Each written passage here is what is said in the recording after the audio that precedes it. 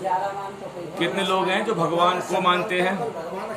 हाँ, हम सब भगवान को मानते हैं भाई साहब, लेकिन भगवान की कोई नहीं मानता। अभी देखिए, इस संसार में क्या आप ये कह सकते हैं कि ईश्वर झूठा है? ईश्वर झूठा है कि सच्चा है? सच्चा है। सूर्य चमक रहा है, आपको प्राण मिल रहे हैं। ईश्वर झूठा होता तो सूर्य चमकता क्या? आज धरती पे आप बीज बोते हैं, बीज उगते हैं और परिणाम क्या मिलता है कि साहब हमारी क्षुधा शांत होती है, पेट भरता है। वायु क्या देती है? प्राण देते हैं। जल क्या देती? शीतलता। यानी कि समस्त पंच तत्व आज इस धरती पर मौजूद हैं। इसका मतलब परमात्मा की देनदारी में कोई कमी नहीं है। फिर क्या कारण है? हम सब दुखी हैं साहब, हम सब परेशान। क्यों परेशान, क्यों दुखी? कभी सोचा है आपने कि हमारे दुखी होने के पीछे कोई कारण तो होना चाहिए? देखिए, एक बात बताइए, एक वृक्ष की डाल जो है वृक्ष पर लगी हुई है और वृक्ष से कहती है कि अरे मैं तो पागल हूं, बिना बात में तुझसे चुपकी हुई हूं, मैं तो कट जाऊंगी ना, फिर भी मैं हरी भरी रहूंगी, फल फूल मेरे पे रहेंगे।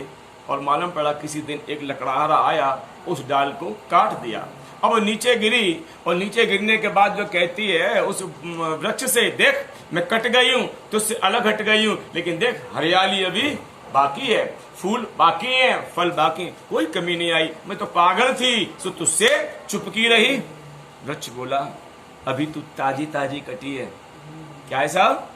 अभी ताजी ताजी कटी है ना, कुछ दिन गुजर जाने दे, तब मालूम पड़ेगा तेरी हरियाली, तेरे फल और फूल सुरक्षित रहेंगे या नहीं रहेंगे। समय बीता, डाल सूख गई, पत्ते झड़ गए, फल फूल समाप्त हो गए। क्यों उसके साथ ऐसा हुआ? ऐसा इसलिए हुआ कि वो अपनी जड़ों से अलग हो गई थी। तो हम सब के पत्ते झड़ गए, हरियाली समाप्त हो गई, फल फूल सूख गए। कारण क्या? कि मैं कौन? आत्मा। मेरा पिता कौन? परमात्मा। तो क्या हुआ? आत्मा परमात्मा से अलग हो गई। परिणाम क्या? कि नाना प्रकार की पीड़ा, नाना प्रकार की समस्या हमारे जीवन में आना शुरू हो गई। सत्यनारायण की कथा आप सबने सुनी होगी भाई साहब, सुनी ना सुनी? तो सत्यनारायण कथा में प्रथम अध्याय आता है कि नारद जब घूमने जाते हैं पृथ्वी लोक पर, नाना प्रकार से दुखों से पीड़ित लोगों को देखते हैं, भगवान विष्णु के पास जाते हैं और भगवान विष्णु से कहते हैं कि प्रभु धरती पर सब लोग बड़े दुखी हैं, इनका कोई उपचार हो तो बताइए। भगवान एक सुंदर राय देते हैं, कहते हैं धरती के लोग दुखी इसलिए हैं कि वो सत्य को असत्य समझ बैठे हैं और असत्य को सत्य समझ बैठे हैं।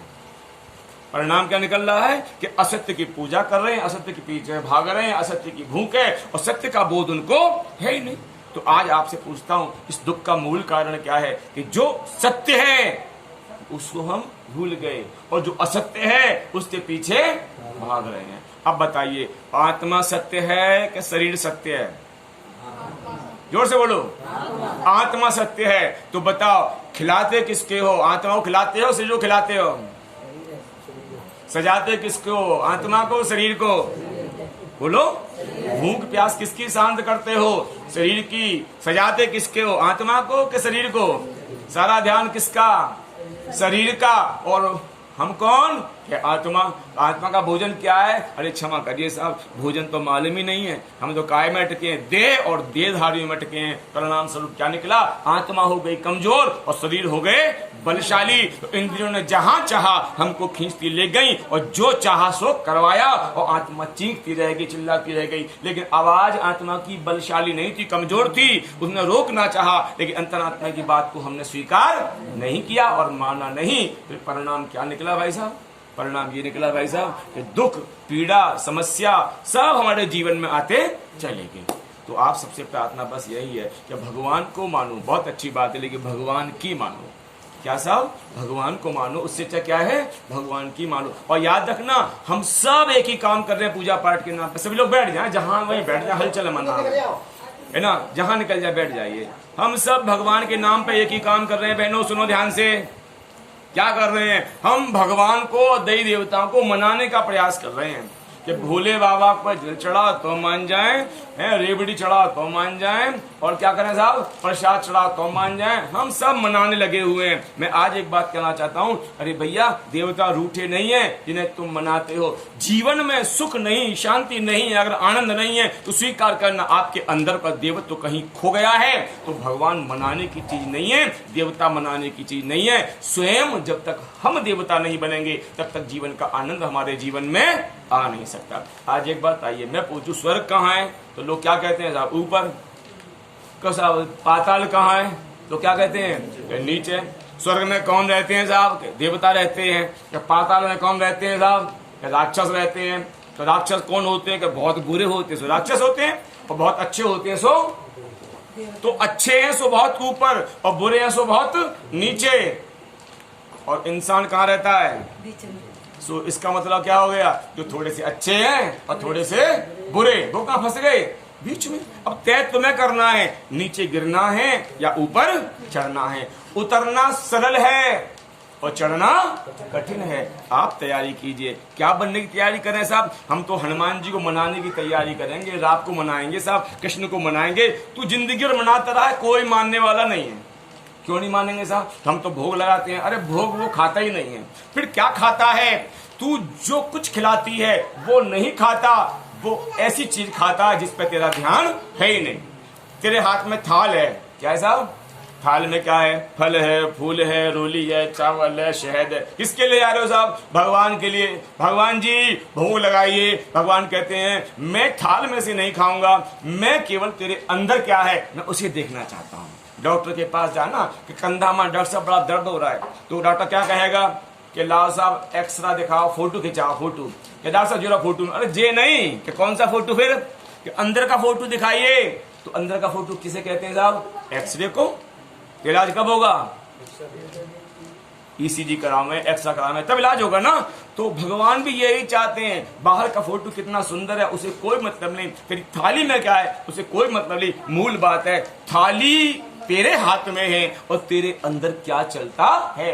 याद रखना, गुरु जी से किसी ने पूछा, गुरु जी संसार में बहुत दुख, बहुत पीड़ाएं, बहुत समस्याएं, इसका कारण क्या है। गुरु जी ने एक ही बात कही, जो नहीं देखना चाहिए सो देखता है, जो नहीं खाना चाहिए सो खाता है, और जो नहीं सुनना चाहिए सो सुनता है, और जो नहीं करना चाहिए सो करता है। इसलिए जो नहीं होना चाहिए सो होता है। फिर क्यों रोता है, तो इस दुनिया में दुख किसी और के कारण से नहीं है, दुख सिर्फ हमारे कारण से है। मैं आपसे पूछूंगा, आप बाजार में जाते हो, बेटा शांति बैठ जाओ, आप बाजार में जाते हो और दो मूर्तियां मिल रही हैं, भाई साहब ध्यान सुनना भाई साहब, एक यूं बैठी है हाथ फैलाकर और एक आशीर्वाद देती है, कौन सी मूर्ति आप खरीदना चाहोगे बाजार से। हाथ फैलाकर जो आपको आशीर्वाद देती है वो खरीदोगे, या जो यूं करके बैठी है सो खरीदोगे, कौन सी खरीदोगे, इसे लाओगे ना, इसे नहीं लोगे ना। क्यों नहीं लिए आपने इसको लिया, कि ये तो क्या कर रही है, मांग रही है, भाई इससे क्या लेना। फिर हम किसे प्यार करते हैं, कि जो दे रही है। अच्छा ठीक है, मूर्ति कौन सी ले आए, देने वाली, आपने अपने कमरे में स्थापित कर दी। सुबह जब आप कमरे में मूर्ति के सामने बैठे तो जरा बताओ आपके हाथ कैसे थे, लो साहब, मूर्ति कौन सी पसंद की देने वाली, और आप खुद कौन बन गए, भिखारी। ऐसे गड़बड़ हो गई, क्या गड़बड़ हो गई।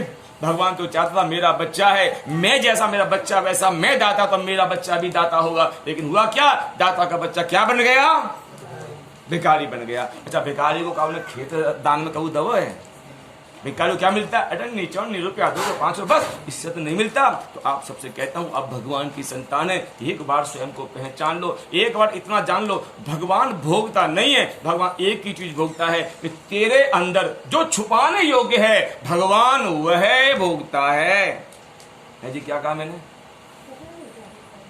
क्या है तेरे अंदर, कुछ छुपाने योग्य है क्या, हाँ है, तो बस तू ओढ़ने योग्य क्या है, दिखाने योग्य क्या है, प्रदर्शन करने योग्य क्या है, भगवान को इससे कोई मतलब नहीं। संसार धोखा खा जाएगा इन बातों से, भगवान तो किसे पकड़ेगा, जो छुपाने योग्य है। भाई साहब क्या सुदाम ने क्या कहता, पोटली जो थी ना चावल की उसे छुपा रहे थे, क्या कर रहे थे, छुपा रहे थे, और ना ये इसमें जो है वो दिखा मुझे। तो भगवान कहता है बेटा जब तक तेरे पास छुपाने योग्य है तब तक विश्वास रखना, मेरी देनदारियां तुझ तक पहुंचने वाली नहीं है। बरसात होती है, देखा होगा आपने कि साहब तार जुड़े हुए हैं, करंट नहीं आ रहा, देखा था कभी ऐसा है? और मिस्त्री जी कहते हैं मिस्त्री साहब तार फार सब ठीक है, करंट नहीं है। कारण क्या है? मिस्त्री आता है, जानता है क्या बरसात में क्या कार्बन आ गया होगा, तार खींचता है और प्लास्टिक साफ करता है, दोबारा जोड़ता, क्या आता है भाई साहब? करंट आ जाता है। तो हम सब की स्थिति क्या बन गई है? हमारी मन स्थिति पर, हमारी आत्मा पर, हमारे मन में, हमारी बुद्धि में, हमारे संस्कारों में क्या हो गया भाई साहब? कार्बन आ गया, गंदगी आ गई है। इसलिए मेरा और भगवान का संबंध जुड़ नहीं पाता। पूजा का मतलब एक ही होता है। सब लोग सुन लो कि क्या कि जानत तुम्हें है जाई, पारस परस कुधात सुहाई। जैसे पारस लोहे को छू दे तो सोना बन जाता है, तो ऐसे ही ये तुम गुरु को स्पर्श कर लो, तुम भगवान के सम्मुख पहुंच जाओ, तो भगवान के गुण तुम्हारे अंदर आ जाएं, तो जान लेना कि हाँ अब परमात्मा की प्राप्ति मुझे हो रही है। और एक बात और कहूंगा, जितने भी देवता हैं ये चित्र नहीं है, सब समझ लो, ये चरित्र हैं। जितने देवता क्या हैं? चित्र हैं कि चरित्र हैं? और हमने क्या समझा है? ये चित्र हैं। गणेश जी को भोग लगाओ, हनुमान जी को भोग लगाओ, फलाने को भोग लगाओ। अरे साहब हम भटक रहे हैं। और यहाँ तक मैंने देखा, भाई साहब क्षमा करिए, गांव देहात में कि साहब आज मंगल है कि आज हम ना बीड़ी पियेंगे, ना सिगरेट पियेंगे, ना तम्बाकू खाएंगे, ना मांस खाएंगे। क्यों साहब? हनुमान जी का दिन है। फिर कल क्या करोगे? कल जो चाहा सो खाएंगे। और कब तक खाएंगे साहब? अगले सोमवार तक खाएंगे, खूब खाएंगे। अच्छा एक बात है, बीच में अगर तू परेशानी फंस जाए, कोई दुर्घटना हो जाए, कोई समस्या आ जाए, तो फिर क्या करेगा? हनुमान जी कहेगा हनुमान जी आओ मुझे बचाओ। तो हनुमान जी क्या कह देंगे? सॉरी मेरा आज का टर्न नहीं है, मैं तो कब आऊंगा? मंगल को आऊंगा। अरे मंगल तो मत जाएंगे महाराज। अरे भाई साहब तो भगवान को धोखा क्यों देता है? भगवान को धोखा क्यों देता है ना? अच्छा बनने के लिए एक दिन और गलत काम करने के लिए हर दिन। अगर यही चलता रहा, क्षमा कीजिए, आप भगवान की भक्ति दिन रात करते रहिए, लेकिन प्राप्ति के नाम पर आपको कुछ भी मिलने वाला नहीं है। बड़ी मोटी सी बात जो मैंने आपको समझाई, बहुत बहुत धन्यवाद। चलिए साहब, आपकी समझ में ये सब